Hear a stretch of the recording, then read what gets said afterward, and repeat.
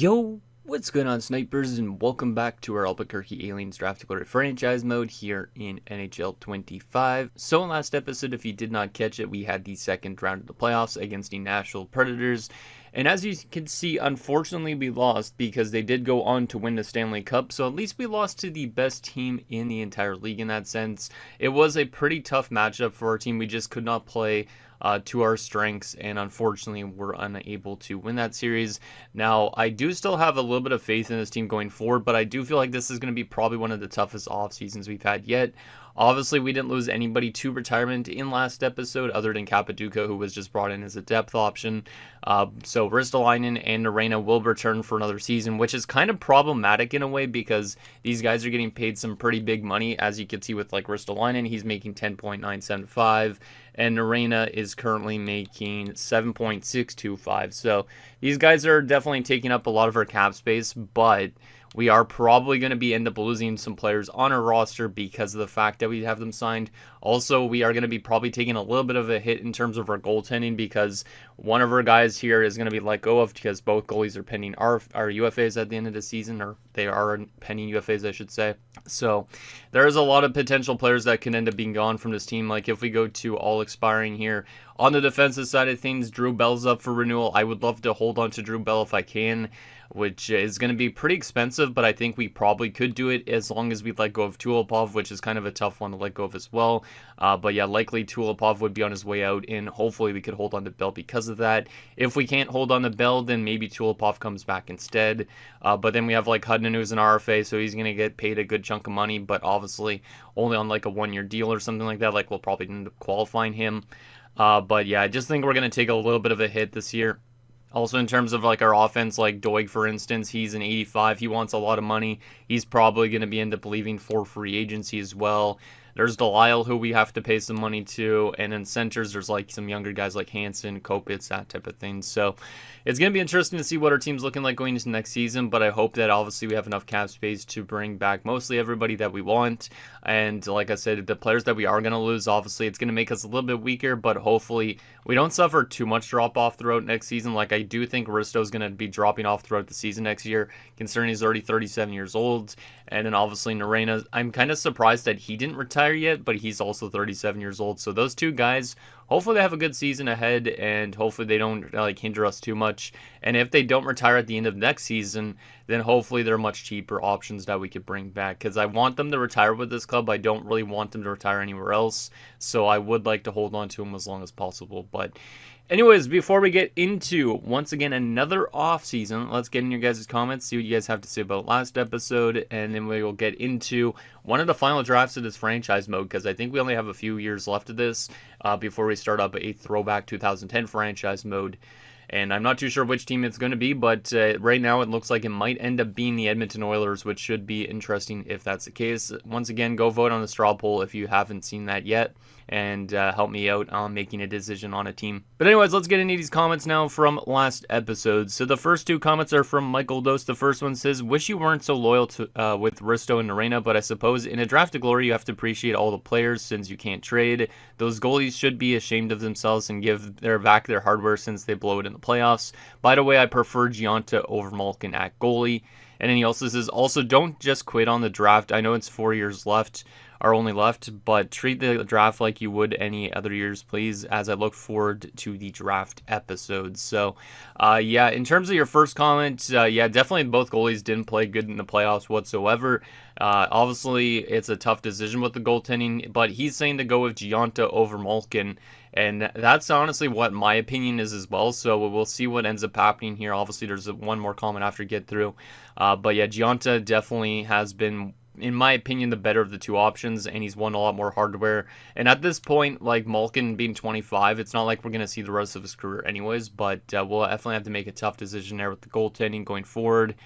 Aside from that, being loyal with Risto and Arena, yeah, you kind of have to be loyal with your players in this type of mode. It's also kind of fun seeing a player go from like the start of his career to an end of his career with the same team. I just feel like it's nice and like storybook kind of ending to his career. So Risto and Norena, obviously they're making a lot of money. I'm not going to buy them out here. I'm probably just going to hold on to them, which means we're going to lose a little bit of depth to our lineup, but I think it's for the better. And the last and final comment is from Sound who says, that was rough, doubly so because Norena and Ristolainen are sticking around for another season. For the goalies, my head says to keep Malkin, but my heart says Gionta should stay for the duration. Do what it takes to keep Bell, even if it means having to let go of Tulipov. Doig is asking for way too much, so he's gone. Delisle has been good, especially in the playoffs, so you should keep him. And I think Doughty could still be brought in as a fourth-line option. I would normally say go with the forward with your first pick in a draft, but if Tulipov leaves, you'll need someone to eventually take his place, so Noel might be the better option since he should be on his ELC for the remainder of the mode. And yeah, I totally agree with all your comments on that part. Yeah, basically, if we do lose Tulipov, it's probably a good idea for us to target ourselves a defenseman. Even if we lost Bell, obviously it would be an idea to target a defenseman. So I think regardless, probably targeting that defenseman would be probably the most important thing in Nold. Now there is a good forward option that could be still brought in, but I don't know if a forward is as important for us right now going forward. It's really tough to say, but we'll probably come to that decision when we get to that pick. We'll look at the two of those guys, kind of compare them and see who should be the better pick for our team. But he says basically that his brain, what was his brain? No, his head, yeah. His head says Malkin, but his heart says Gionta. And that's kind of like my thing as well. I think my head says Malkin just because he's younger option, but he hasn't really proven himself in a sense. Like, he's been a good goaltender, don't get me wrong, especially last season, but he's only got the one Jennings trophy. His numbers have been somewhat more consistent the last 2 years in the regular season, but he has such a lack of experience that I honestly don't know how good he's going to do going forward.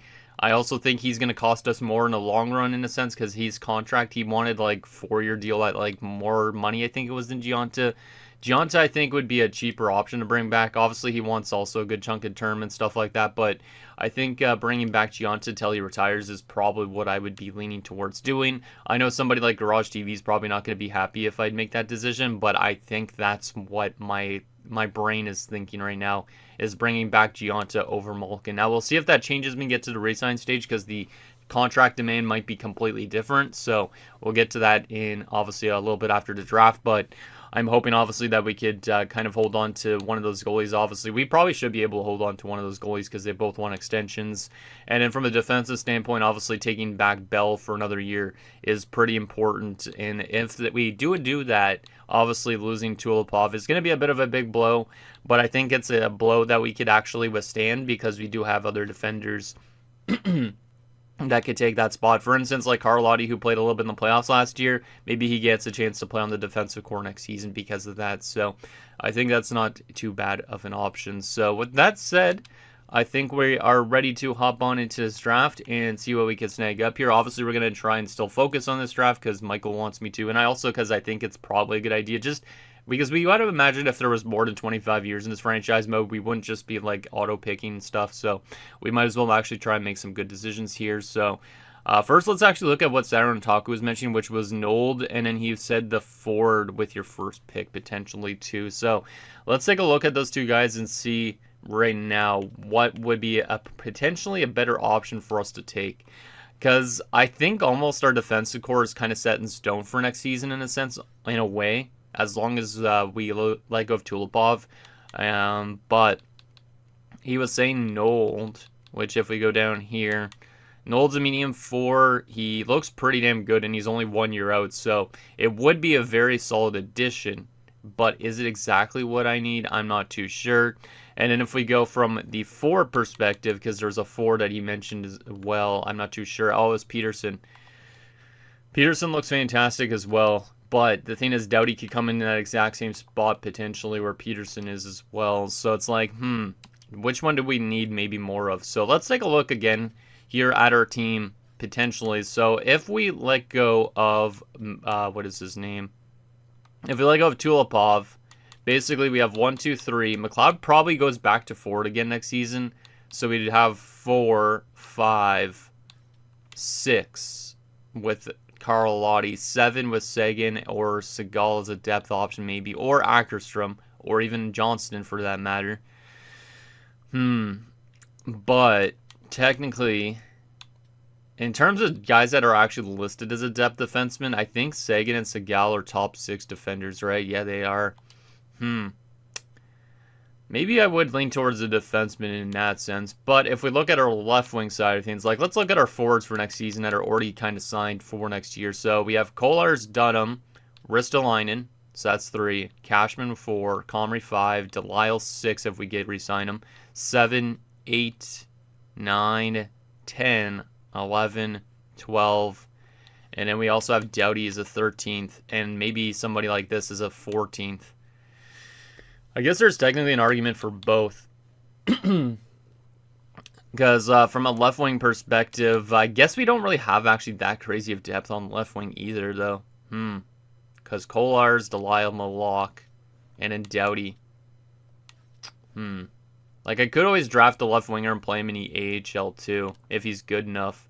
Let's take a look at those two guys again for a second. I know that one defenseman was a left-handed defenseman. We already have a shit ton of lefties.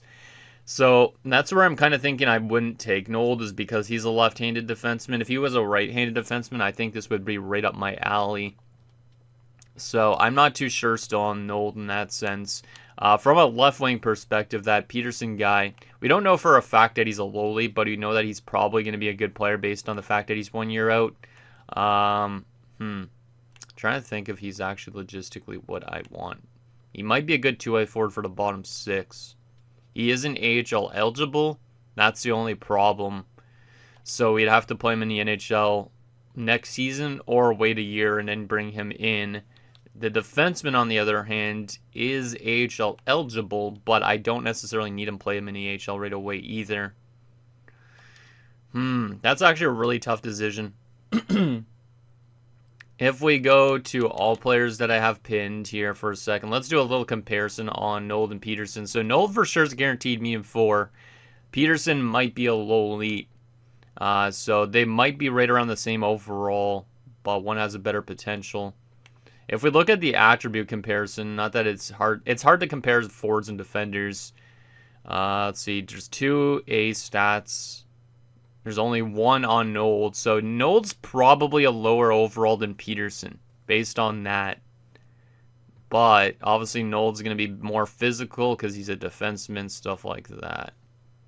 Peterson lacks size, no weakness on Nold. This is actually kind of maybe a tougher decision than I thought. Seems incredibly loyal, has a pro mentality at a young age, that's good to see. I wish I was able to have like multiple picks in this first round, because then I would take both of them. I might be leaning towards the defenseman just in case we lose another one within a season. So that might be the play based on that. So yeah, that's a tough decision. Like, who are we going to potentially let go of next year? Like, let's already bump ourselves ahead to next year, basically thinking of who we potentially lose. So say we lose Tulipov this offseason. Who could we lose potentially after that? Narena, but Narena's probably going to be close to retirement. So we would need a replacement for Narena. Potentially. And from in the system, that's a left-handed defenseman. There's not really anybody.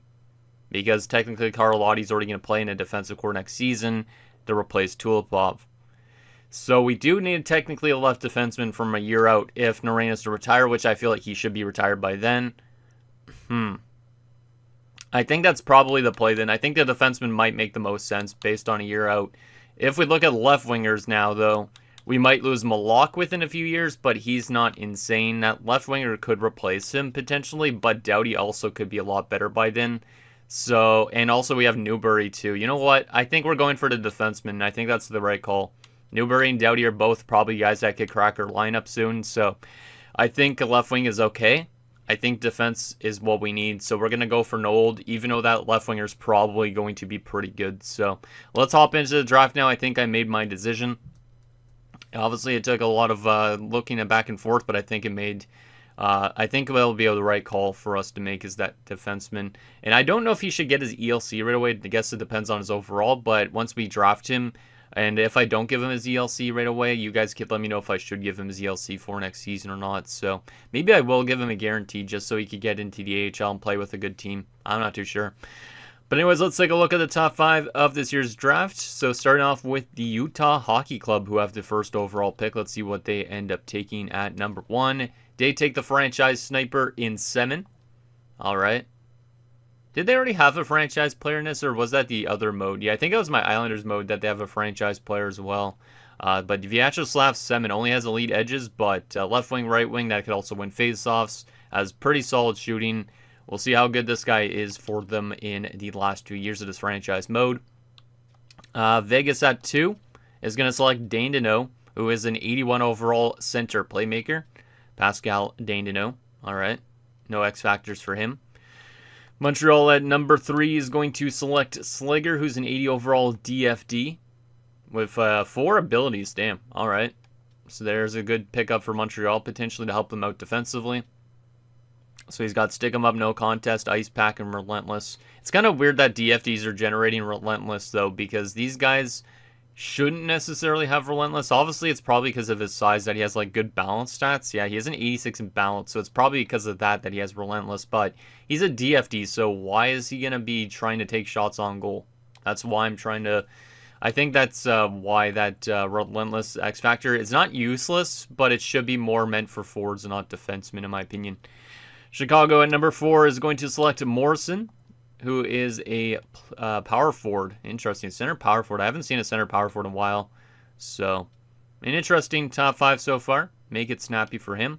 And the final pick of the top 5, the Vancouver Canucks selected Bukestad. This looks like it could be an okay draft, potentially, based on some of these overall ratings. So, Donovan Bukestad heads to the Canucks. So, there's 2 defenders. Yeah, 2 defenders, 3 forwards in the top 5. Let's simulate to our pick at 29. And see what went before our selection. So a high note. Well, actually, let me just call it timeout just in case we want to make a tougher decision. But I think I already have my decision anyways. But 2 medium 9s going before our pick. Some medium 6s. Pretty standard draft class, actually, for that matter. But the top 5 look pretty good. That's a decent steal there. And Johansson, 74 overall, medium 4. Same with McMillan, decent steal there. Para's an okay steal, I guess. 77 for this top 6 forward, and Walters going to the LA. That's pretty good. A medium elite went 11th overall. That's a nice steal for New Jersey. Kavusari is an NHL ready top 6 forward, medium elite center, 67. That went to Tampa there. All right. Some okay players, not too bad. But yeah, I think Nold has to be our selection here, because if we look at like the guys that are supposed to go around this spot, there's not really anybody that's pretty damn good, I don't think. So going off the board is probably what we'll do. Yeah, I think we got to go for that defenseman here. Let's go to pin for a second again.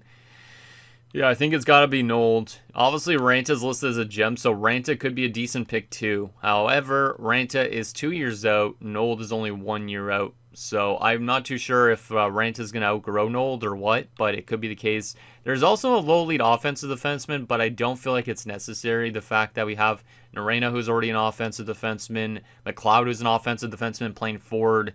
So I feel like obviously a two-way defenseman is kind of a nice little pickup, considering I feel like we kind of lack two ways a lot, and I feel like this could be like the perfect replacement, as Sarantaku alluded to, for Tulipov. So Rudolph Nold, I think, is going to be our selection, but I think Peterson's going to be really good. But unfortunately, I just don't think I need another left winger at this stage. I think the defenseman is probably the more important part, especially if we do lose Nareno within a season or so. So Rudolph Nold is going to join the team as a medium 4, and he's a 72. Pretty solid starting point. A little bit lower than I was anticipating being 1 year out, but 72 is actually pretty damn good for a top 4 defenseman at 18. Hopefully he ends up developing and being somebody good for us. So it would be nice to get him into our AHL team potentially next year. Does have some pretty good attributes. His passing's already decent. So like he's got good shot power. I think this guy could definitely provide some offense for our defensive core down the road. So there is our first round pick. Let's see if that low elite potential guy goes. Fugafuji goes medium 9. Boston will take Hilbert, who's a medium 6. Buffalo takes Wakabayashi. And Nashville, I don't know what they just selected there. Let's see what they selected. Looks like the other guy might be going second round. Yeah, another medium 9, Robertson. So that guy that we were looking at is still on the board. I'm curious on what he's going to be. So let's see if we can find out how good he is. Malden going to Tampa. Tampa again with a pick. Kostitsyn's only a medium 6. Bermanis is also a medium 6. Holland, medium 9. Damn, who is going to get this steal? I'm kind of surprised this guy's going so late. Medium 9 going there. Gianta going. Is he still on the board? I feel like both of them are. Yeah, all the guys that we have pinned are still on the board. So they are going to be going like mid-second round. That's pretty insane that these guys are going to go that late. As all of them should be decent if I'm not mistaken. New Jersey gets Humphrey. The LA Kings are going to select, let's see, Ranta. So there's one of the first one off the boards that we're looking at. He's only a 69, so a little bit worse than the defenseman we drafted, but this guy was listed as a gem, so not too sure who will become the better of the two defensemen. I think obviously ours is pretty good right now. Ranta could end up outgrowing him at some point, but I think they're both legit good defensemen. Anaheim is going to select Lopez, which is not one of those guys. Peterson just went. He's only a medium 6, so we were thinking maybe he's a low lead. I think we made the right call because both of them are the same overall, same potential kind of, medium 4, medium top 6, right? So there's Christoph Peterson. I thought he was going to be a low lead and maybe a bit better, but that's a pretty good steal still for the Carolina Hurricanes, but I still think we made the right call with the defenseman. I think, yeah, there's the one that's going to be the steal, though. Zigomanis is really solid. 64 overall, low lead offensive defenseman. Would this be nice to have on our team? For sure. But at the same time, I think we have enough offensive defensemen for now, and we might as well grab ourselves a 2-8, right? So this guy might not even make the NHL till the end of the franchise mode around, so hopefully the other guy makes it before the series ends. All right, with that said, let's simulate to our next selection at 62nd. See if we can find any other steals in this draft class, but honestly, I'm not too sure how good this class is going to be. Like, we have nobody else left on our pinned list, which means we're going to have to just skim through the rest of this draft and see if we could find some good players or not. So that's not great. There is this guy that could be a little elite potentially. He's not supposed to go till next round. That's kind of intriguing. 91st, but he could go even earlier. We might have to take this guy this round. Considering he's a 3-bar low elite, maybe he actually is, but he could also be a low top 6. Let me see what else we got here. Anybody with good attributes? Because there's not really that crazy potential so far. Yikes. Yeah, it doesn't look like a super strong class at all. So, I honestly think I might be leaning towards that guy I just pinned. Based on these attributes, like, there's nobody that's, like, crazy good, so. This guy could be decent, but he's 19 already.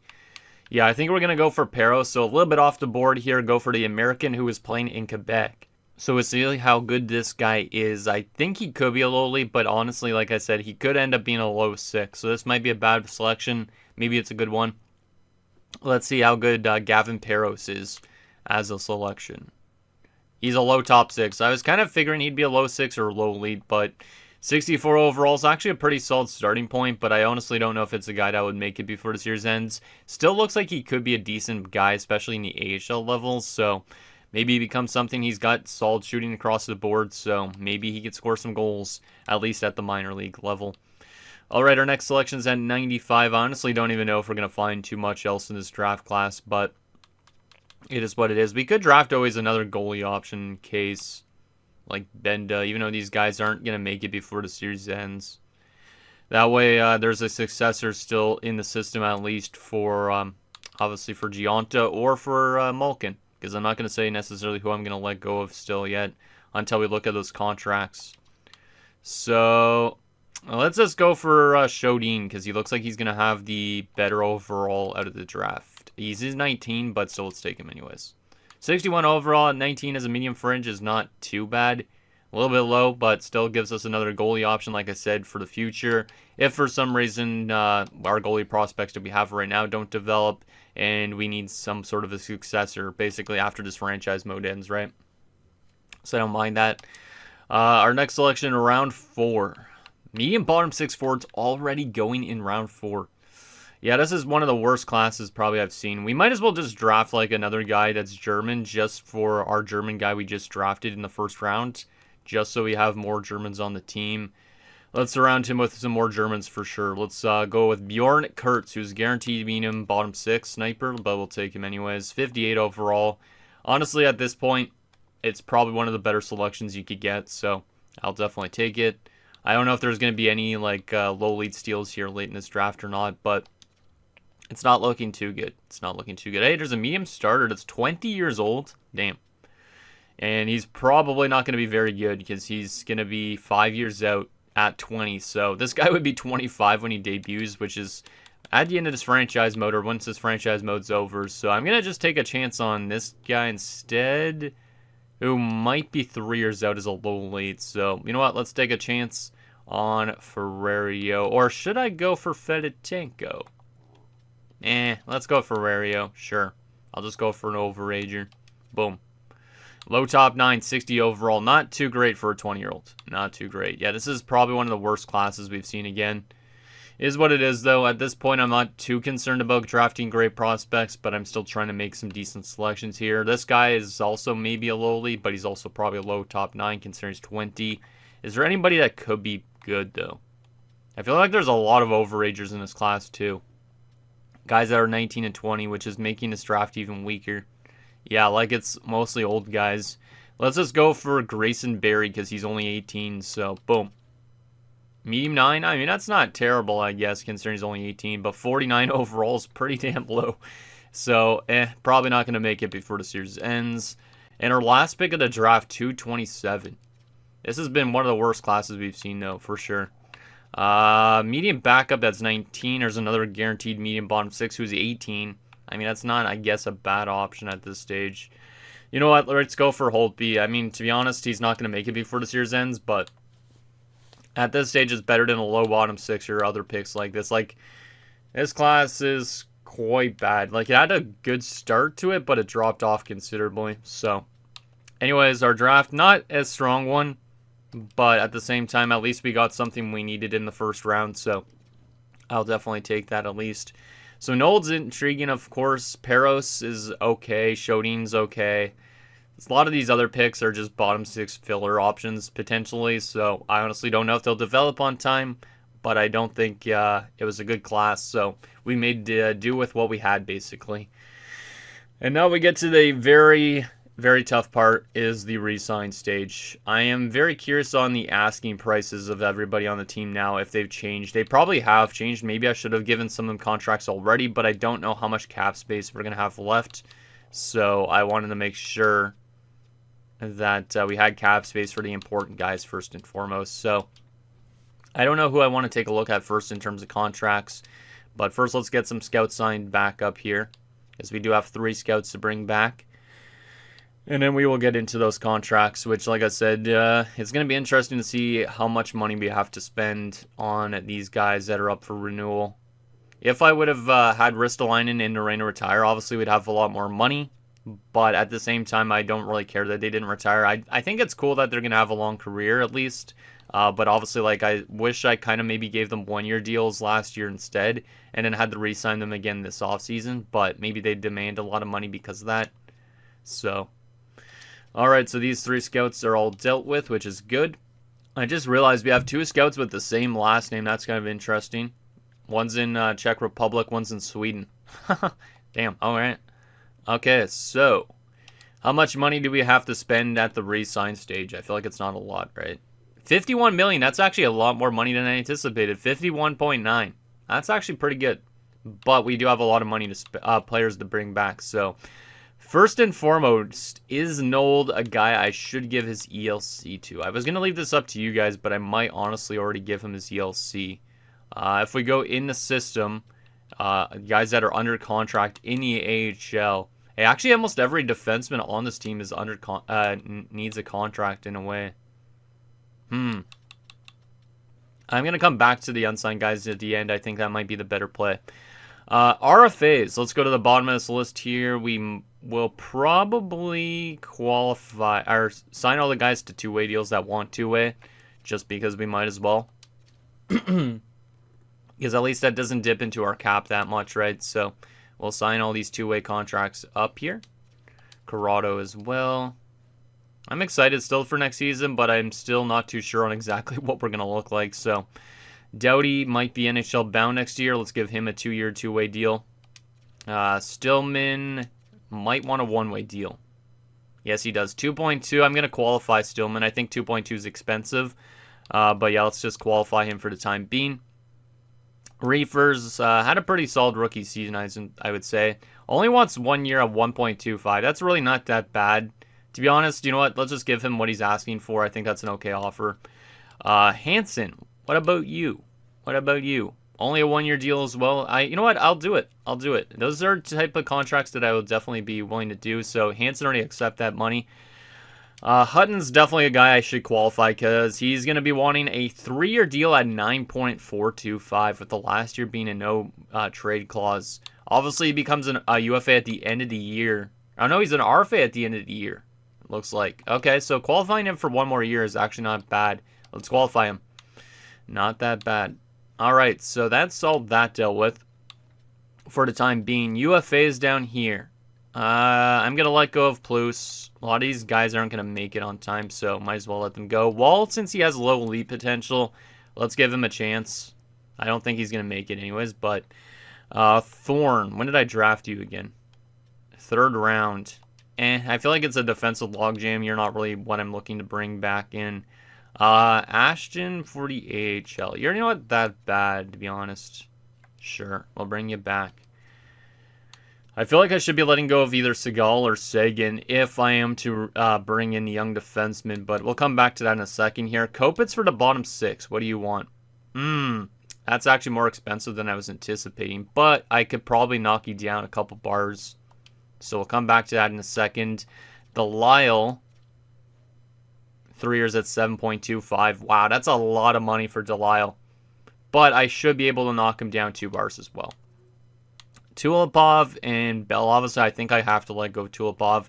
For sure, Doig's going to be gone, though, because he was asking for a lot of money. Yeah, he still wants $9 million.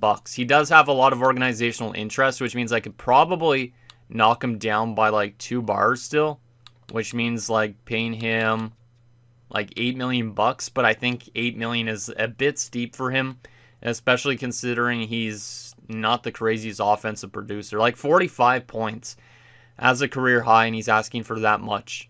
So yeah, I think unfortunately I'm probably going to have to let Doig go. He's also not been the most insane player in the playoffs either, for that matter. So yeah, I think Doig's definitely one that's got to go, unfortunately, from this roster. Bell's probably the most important UFA other than Giunta, potentially. So what are you asking for? $13 million for 4 years on a full no move. You do have a lot of organizational interest, which is good. 4 years would go right till the end of this franchise mode, potentially, too. You know what? I think I might have to just do this with Bell, because I can't afford to lose this guy. And like I said, we got to let go of Tulipov probably anyways. So what can I knock this down to, out of curiosity? Let's get this a little bit higher. A little bit higher than that. 11.5. It's not too much of a huge upgrade for a contract.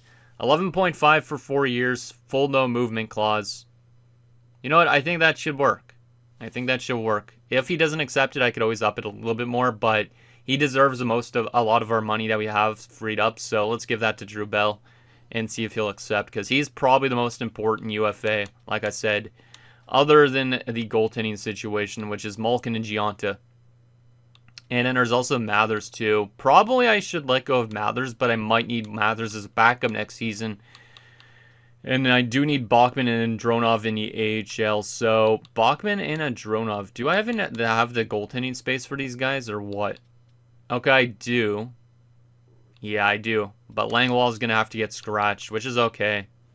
So, Bachman and Dronov will sign you guys up for the AHL. You guys are probably going to be the AHL goaltenders, which is nice. Maybe we'll have one of them paying out before the end of the series.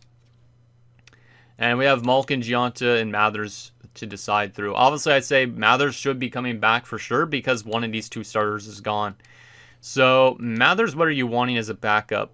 $9.25. You know, that's a good deal to me. I'm bringing you back. I'm bringing you back on that. And it comes down to these 2. Obviously, Giunta's probably who I'm prioritizing.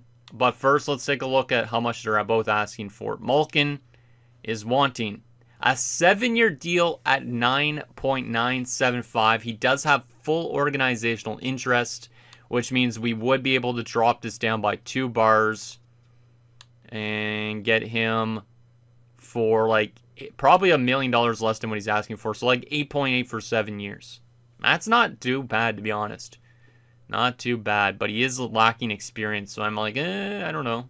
And then Giunta is asking for 3 years on a full no movement. He also has full organizational interest. And we could probably drop him down to even less than what Malkin costs. 8.675, and it's a shorter term deal. Oh, man. I think I want Giunta. But I could honestly afford both of them, which is kind of crazy. But I also could bring back Tulipov potentially if I let one of them go. I think we got to bring back Giunta out of the two. And I know some people are going to probably be super mad about this decision, but I do think I like Giunta more. Now, has Giunta been a bit inconsistent in his playoff time? Sure. Last 3 years, probably inconsistent. But look at these regular season numbers. You don't see goalies posting above a 9-10 save percentage 6 straight years that often. Or winning this amount of Vezina trophies, winning that much amount of Jennings. Like, I think, to me, he's kind of a leader on this team. I don't know if who would lose morale. Let's see. Robertson, Malkin, and Bell. Malkin and Giunta actually have high locker room chemistry together, too. So if I let go of one of them, the other one's probably not going to be happy. But I think we have to. We can't just run this tandem again next season. Let's see. RFAs, there's nobody that's there. We already know that Hutton's going to cost us a lot as an RFA. I feel like I might be able to afford both of them back, but then we have like way too many goalies. Because Mathers is already back for the backup option potentially. Bachman and Dronov. I have to let go of somebody. I can't have 6 goalies, I don't think. Yeah, I have to make a decision here. I just don't think there's a way I could run both of them again next season. Even though their asking prices aren't that bad, I might need that. Do I need that money next year potentially? Let's see. Who's a free agent that year out of everybody? Let's go to the bottom of this list here. Ackerstrom, Ashton, Enroth. Kolars is up. Yeah, we're going to need that money to re-sign Kolars. Probably. Reina, Ristolainen if they don't retire again. Yeah, I think I got to make a decision here. I know it's kind of a weird thing to do, but we are probably going to have to let go of Malkin here. But I'm going to come back to that in a little bit here. So, first and foremost, so I do want to try and see if I could get these other guys back here as well. So Kopitz has a lot of organizational interest, which is also good. I could probably drop him down to 2.575. It is a bit of an expensive contract for a bottom 6 guy, but I think it's an okay deal for me. And then these two as like kind of depth defenders. 1375. What about Seagal? Because we do need right-handers more than lefties. Let's go with Seagal.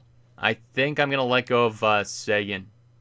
So, Sagan, best of luck to you. Maybe you'll come back as a depth option, but I think we are already going to go ahead and sign our first-round pick in Nold, and he will get a chance to play in the AHL right away. I think it's important to get him into the AHL fast if we can. Alright, so that's all go with that. Delisle, I know, is expensive. He also has a lot of organizational interest. What can I drop this down to? Can I drop this down to a realistic price point? 6.475. That's pretty expensive. What about a 1-year deal for him? What does he want on a 1-year? Oh boy. On a 1-year deal, you're probably looking at paying this guy like $8 million. Which I'm not looking to do. I mean, I could add a clause because obviously it's a draft to glory. No trade clause. 1 year with a no trade.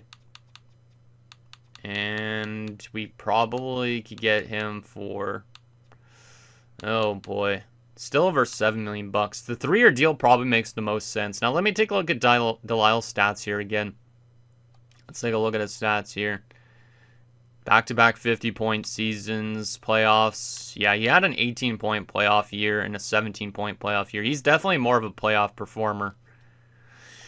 You know what? I think I got to hold on to him. I'm going to just give him the 3-year deal like he's asking for, but we're going to drop this down by 2 bars just because I know it's a little bit more term, but it's a lot better than a 1-year deal at his price point, I think, and the chance that we lose him again next offseason. So let's try that.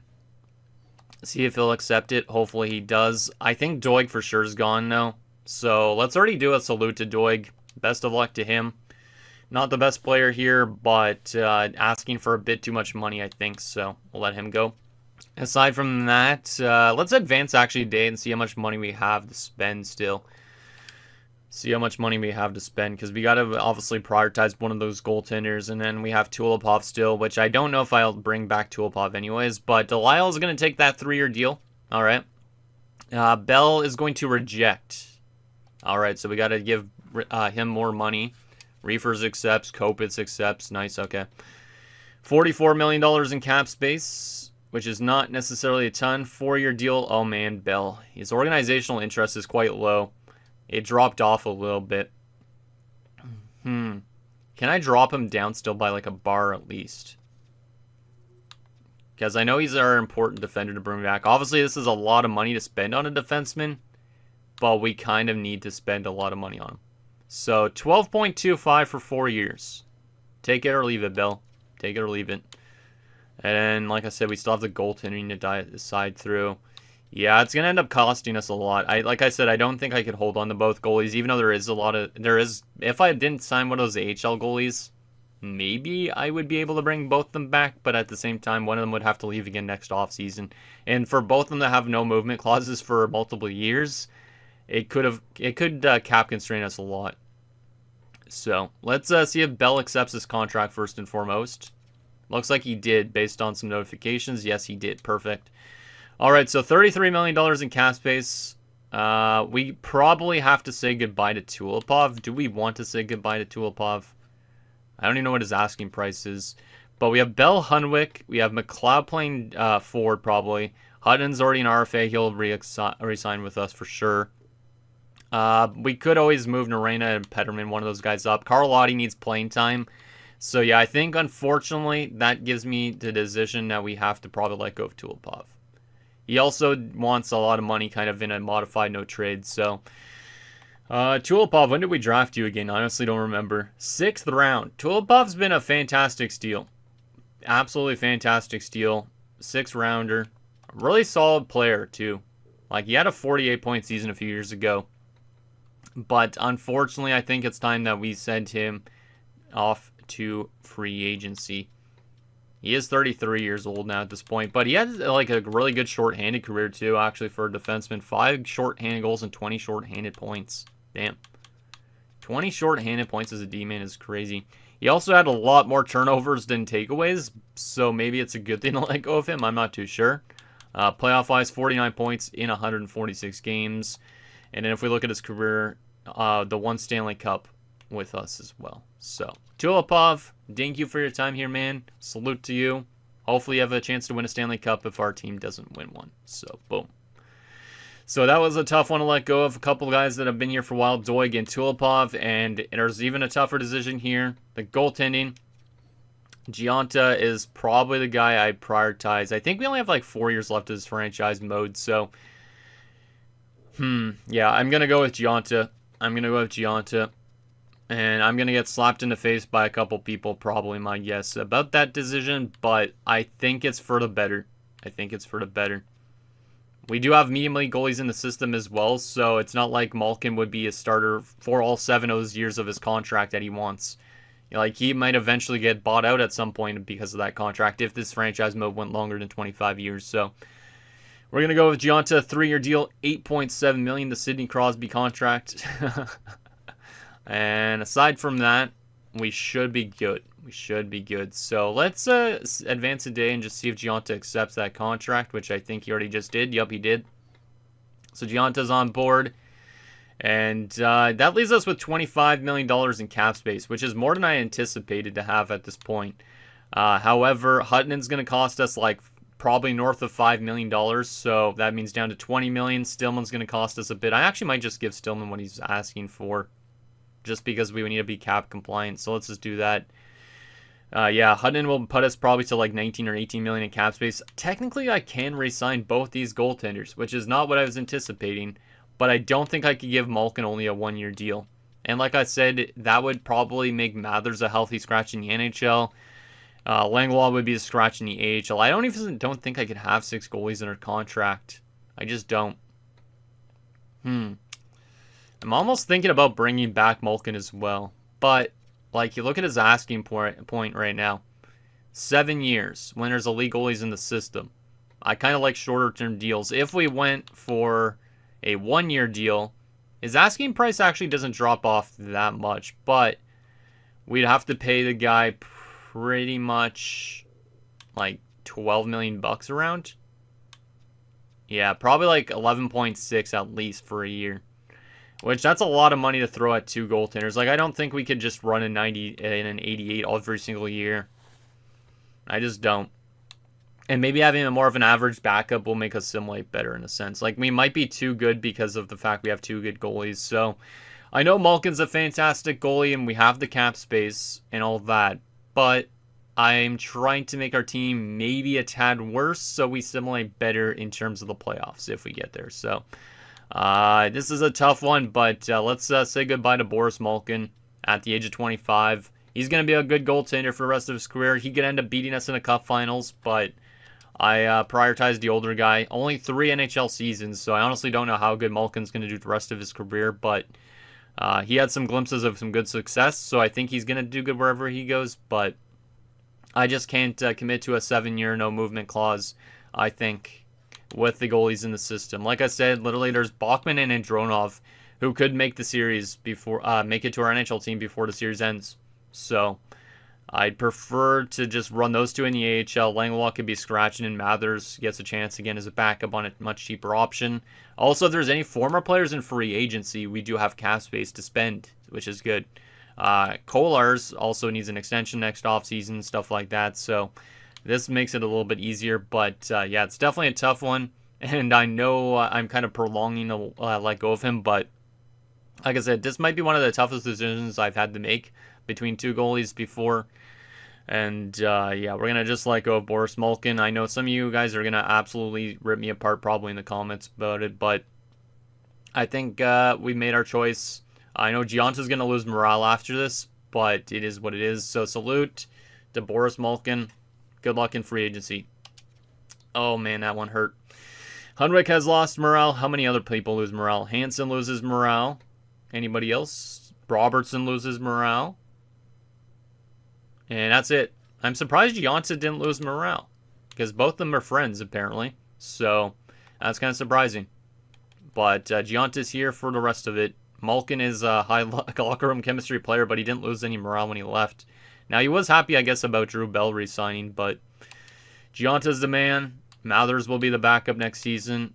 Is there anything we need in terms of former players coming back potentially? We already got 1, 2, 3, 4, 5, 6 defensemen, 7th defenseman potentially. McLeod's going to be a forward. So we have 1, 2, 3, 4, 5, 6, 7, 8, 9, 10, 11, 12, 13, 14. I don't think there really is anything I need for former players, but I still will take a look anyways. So let's advance a day. See if... actually, let's simulate to free agency already. And see what we got for former players in free agency. We might honestly just give Hutton what he's asking for in a way, but it was kind of expensive. But let's take a look at the free agents available, see if there's any guys that I could bring back to this team that haven't been here in a while. So Malkin, obviously, he's going to be the big name goaltender free agent. Strudwick's in the free agency, damn. Some good goalies this offseason. But anybody that used to play with us, I don't need a goalie, so I'm not even going to look at former goaltenders. But from a defensive standpoint, there's Tulipov. He has interest in 2 teams right now. We'll see where he ends up signing for the start of next season. Is there anybody I would bring back? I could honestly bring back Tulipov, but I want to give some younger defensemen an opportunity. Marek Mahalik as an option is not bad either. I don't feel like defense is a need, to be honest. Because if it was a need, I would have brought back Tulipov. So, I think defensively is fine. What about forwards? Doig's a top right winger. Alright. Anybody else? Anybody else? There's Patrick, who I've seen him before. What is his name again? Evan Patrick? Yeah. Oh, yeah. That's the guy we drafted, the enforcer, who barely played with us. Yeah. Okay, I wasn't too sure. Because I get him and, what's his name? There's another guy that was in the bottom 6. I get him and them two confused, so. Any guy I would bring back to this team, potentially. I don't feel like there's really much I need, to be honest, though, if I did need anything. Trying to see here. Yeah, there's not really any former players. I think a lot of the former guys we had have retired too. So that makes it harder. Yeah, I don't really see any former players. All right. Let me actually go to the contracts here and still see what Hutton's asking for. Because Hutton is kind of an important defenseman on this team. He's less important than Hunwick and Bell right now, I'd say. But he's kind of like that important top 4 defenseman that needs to be re-signed. So I think I honestly might commit to him already a bit. Let's see, what is he asking for again? 3-year deal. And I could drop this down by like 2 bars. You know what? I think I'm going to give him a 3-year deal like he's asking for. A lot of these guys are going to be needing to sign for 1 more year when the series ends. But let's get Hutton re-signed for a 3-year deal. That's also why I wanted some of the cap space. So 6.975 for 3 years for Ricard Hutton. We'll see if he accepts that. And if he does, that will give us our defensive core locked up for a while, I think, which is kind of nice. All right, let's advance today to see if Hutton accepts the contract extension. Or a few days, I guess. I don't know if there was any coaches I needed to sign this offseason. Hutton accepts, that's good. I don't remember if there was any coaches to sign. Damn, I've already been recording for 52 minutes. What the hell is this? Yeah, we already have our NHL coaches, AHL coaches. It looks like we already have a head coach and associates, so that's okay. Scouts, we kind of do need 2 more scouts, but at the same time, I don't know if it's super important. You know what? I don't really care about those 2 extra scouts right now. So I think that is good. So we'll simulate up to next season, and we'll get our lineup set up and see where our former players signed as well, if I remember every single player, which is Tulipov, Malkin, and Doig. I think those are the big 3 that we let go of. So we'll definitely see where they end up signing. Hopefully not with a divisional rival, because that would be kind of annoying. But yeah, let's get our lineup set up once we get to the start of the season. McLeod could drop back to defense if we really want to this season, but I think I'm going to still utilize him as a top 6 forward because he was really good last year, obviously winning the Calder. So let's do some roster moves and see who should be in the NHL team and who should be in the AHL. So in terms of the goalies, Gionta and Mathers looks good. AHL, Langlois is going to be scratched. Bachman and Andronov will be the 1-2 punch down there for the AHL team. Nice. Defensively, 1, 2, 3, 4, 5, 6, and 7. Oh, man. Oh, yeah, but McLeod's a forward. That's right. So that's 6 defensemen. That's 6 defensemen, basically. So we do need a 7th D. So I am leaning towards probably Seagal because he's older. Because I don't want to scratch Johnson. So Seagal will be our depth defenseman in the NHL. So there's our 8 defensemen, but one of them's a forward, obviously, with McLeod. Right wing side of things, we got Dunham, Robertson, and Reefers. Looks pretty good. Reefers is actually listed as a 3rd-line scoring forward, too. Robertson's a top 6 forward already, which is also good because we let go of Doig. So Robertson's going to get a big opportunity this season, which is nice. He's going to actually be a penny RFA at the end of the year, so that's also why we need more money. Left wing side of things, Kolars, Delisle, Doughty, Malak. Malak is still losing morale, but he should be okay with his ice time this season, potentially. Maybe not. Hard to say. But obviously, he might not get that much ice time because of the defensemen. Centers, Ristolainen, Comrie. Cashman went down back to an 82. That's kind of strange because he had a good year last year. Still listed as a 2nd-line forward. But he had 75 points last year and 14 playoff points. So I think he's definitely going to jump back up again. It looks kind of weak right now, but it's better than anticipated. A lot of these guys that were probably going to be used as depth forwards, like Stillman, are listed as 3rd-line checking forwards.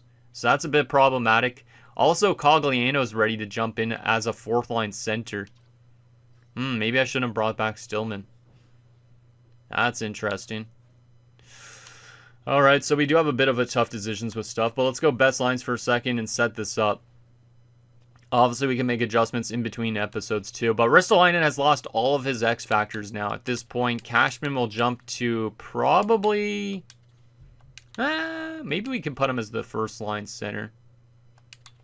The chemistry is better that way, but I'm not too sure on that. We are going to, for this time being... Oh man, Malak's probably going to lose... he's actually listed as... No, he's not listed as a depth forward. Doughty was... I might have to send some guys like Malak and Stillman to the AHL. Potentially. That's potentially what's going to have to happen. So if I go back to the defenders for a second, let me go to the defensemen. Take McLeod off the defensive core. I could actually run McLeod on the defensive core this season, maybe. But then I would scratch Norena, and I don't want Norena scratch. So let's take McLeod out for a second here. And let's get Norena in. And let's go McLeod on here. And let's take him out Malak for the time being. And get this resituated here if we can. So if I went with something like that for our forward group, that's not too bad. That's not too bad. And then defensively, we're reworking this a little bit, obviously, because we need to get Hutton into that top 4. Norena's dropped down to an 80. I should probably put Petterman into the top 4 as well because he's actually listed as a top 4. But Carlotti and Norena don't work together, which is very unfortunate. Because I thought they could have maybe. That one works. Yeah, we might have to go with something like this. If I went with that, would that work better for Petterman? It would. I don't know if I want Bell on the second pair. No, actually, no, it wouldn't work. This friggin' leg is really bad, man. Let's see about that. That one would maybe... Nope, it doesn't work. It's friggin' leg. That's weird. Maybe we go with this then. Okay, that might work a bit, but I don't know about Noreen going all that high up. Yeah, this honestly might be whatever defensive core would be looking like. It's a little bit weaker, obviously, without Tulipov, but it's probably the best option we have. And then our goaltending would look like that. Seagal could be okay to be scratched. Stillman and Malak both probably shouldn't be scratched. And in the AHL, Cogliano probably shouldn't be down there. But he might have to be because there's no other way to get him in. Unless I was to send Doughty back to the AHL for another year. Because I could send Doughty back down and get Cogliano into that 4th line instead. He's not a good face-off taker as a centerman, so we could always put him there. Doughty's actually a really good fit for that 4th line now. So, we probably should send down the 2 guys listed as checking forwards and call up like a depth option. So Edenroth is listed as a 4th line forward. How is he listed as a 4th liner? He's never even played an NHL game, has he? No, yeah, he's actually in Florida. Who was this? I don't even bring... Oh, he was drafted by us originally, and then we brought him back. I didn't even remember doing that. Yeah, if he wasn't listed as a 4th liner, he'd be a good depth forward. I mean, I could give a chance to Alvin Ashton, because he's probably not going to make it at this stage. We could use a couple of these guys as depth forwards if we want to in the NHL. But, damn. Yeah, this amount of... playing time on some of these guys is not going to be good. So I think the play is to send down those checking forwards and then to give maybe Enroth as a depth forward and maybe somebody else like Ashton as a depth forward. Yeah, I think it'd probably be Ashton and Enroth as the depth forwards. I don't know if there's any other former players of ours that are depth forwards, but I know Malak and Stillman are going to lose morale if they're just sitting in that part of the bench. I don't think there's any way I could get them in, too. So that might have to be the play. Norena is still listed as a top 4 defenseman, too, which is kind of surprising despite his age. And Risto is probably still listed as a top 6 forward. Nah, he's the exact bottom 6, but still listed as a 2nd liner. Yeah, I think obviously we have to probably send down Stillman and Malak to get them the ice time. And then we have to just call up 2 lower end guys as depth forwards. Or we could sign 2 depth forwards. So let's go to free agency again. at the start of the season, see if there's any former players still available. And we'll see where our former guys signed as well before we end off this episode, because this episode is already like an hour long for no reason. But free agents. Any former guys that I could bring in as a depth forward. Because we do need maybe 2 depth forwards. Because I don't know if I really want to call up guys from the AHL, but I might have to. Just for playing time purposes. Whoa. He was already at the 54 overalls? Did I start this by the lowest overall? I must have. Because I was like, wait a second. I didn't scroll that far. Let's see. Any guys I recognize here? So far, does not seem like it. Honestly, don't even know who to look out for. That's the only thing.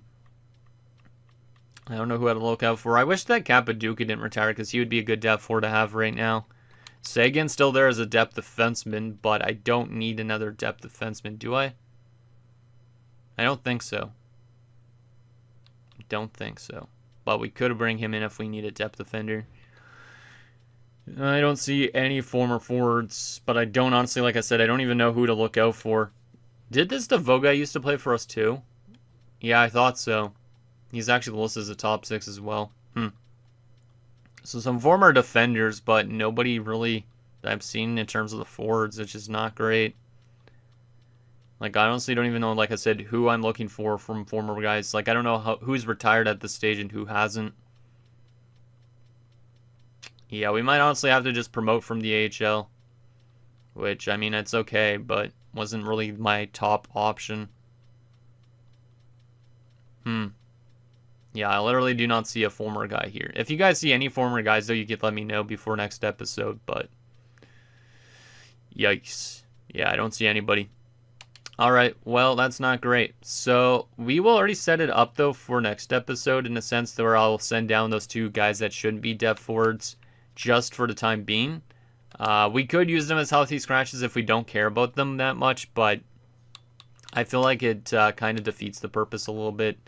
And then we would call up Enroth and Ashton as those 2 depth forwards. And let's just go best AHL lines for second here. That should be fine. Yeah, that gives Cogliano actually some good line mates, though, too, which is nice. Because Cogliano, I don't think I could find a way to fit him in this season unless I was to send down the youngster Doughty. So, I mean, it does make the AHL team stronger, which is good.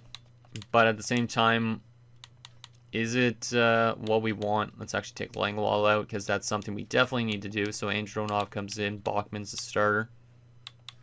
Yeah, there we go. So that would be what the AHL team looks like with those additions. And then our depth options would be Segal, Ashton, and Enroth. It's not terrible, I guess. Definitely not the strongest team on paper, but we do have some weapons like McLeod, Kolars, Dunham.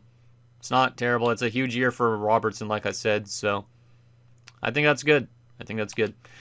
All right, final few things. Let's take a look at where our former players signed, because I know this episode is long already at this point. I've been rambling, but I did also have to clear my throat like multiple times, so let's go to, where is this player search thing again?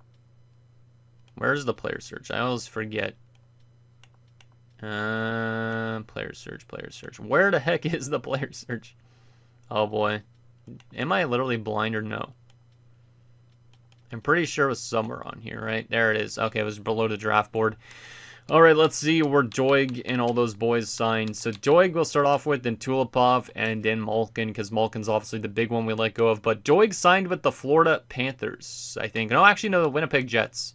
That's the other Doig that used to play with us. Esteban is still in Florida, in case you guys were wondering. But yeah, Caleb Doig has left to sign with the Winnipeg Jets. $8.55 million for 6 years for that guy. Damn. And then Esteban Doig has dropped off a cliff and he's still making 13. But yeah, Caleb Doig getting that much money is kind of surprising. Like I said, only a career high of 45 points. Alright, well maybe he's going to have a big year in Winnipeg. Maybe they're gambling on that. Alright, the next player to take a look at, Tulipov. I know I removed my face so you guys can see the contract as we break it out. But Tulipov, where did you go? Minnesota. Oh boy. So he literally signed with a team we play a lot in the playoffs. So that's kind of interesting. Hopefully we don't have to play them again. But 84 overall at 33. He got a no movement / modified no trade clause. And he's making 9.54 as a member of the Wild. So he got a lot of money with them compared with us. What we could have gave him. 3-year deal only, though. So pretty much till he retires. But that's an interesting contract. 17 no trade. So good luck to Tulipov in Minnesota. But like I said, hopefully we don't have to play him in the postseason. And then where did Malkin go? Controversially, hopefully he did not sign in our division at all. And let's see, where did he go? He probably got a clause and all that stuff too. He signed with the St. Louis Blues, which I think is within our division. So that is going to be interesting if that's the case. That's going to be interesting. 90 overall, 25, no movement clause. 11.745, so not the craziest contract in the world, but nearly $12 million for a goalie is kind of expensive. 7-year deal for Malkin. So Malkin getting himself basically a 4-year no movement clause that becomes a modified no trade clause. 25 team no trade in those last 3 years. So mostly every team can't take him at that point.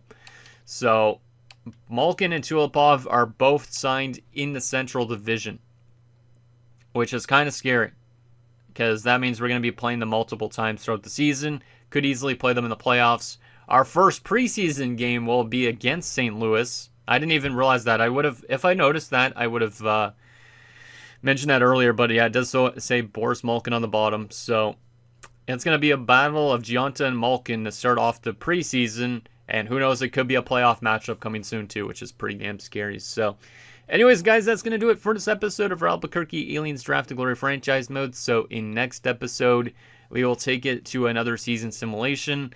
We'll see what our team ends up doing. I think our team is still strong after losing Malkin, Tulipov, those type of guys. But I definitely think, obviously, it kind of sucks that we have to demote kind of guys that shouldn't be necessarily demoted, but they're demoted because they are healthy scratches otherwise. I think our team's going to do good again.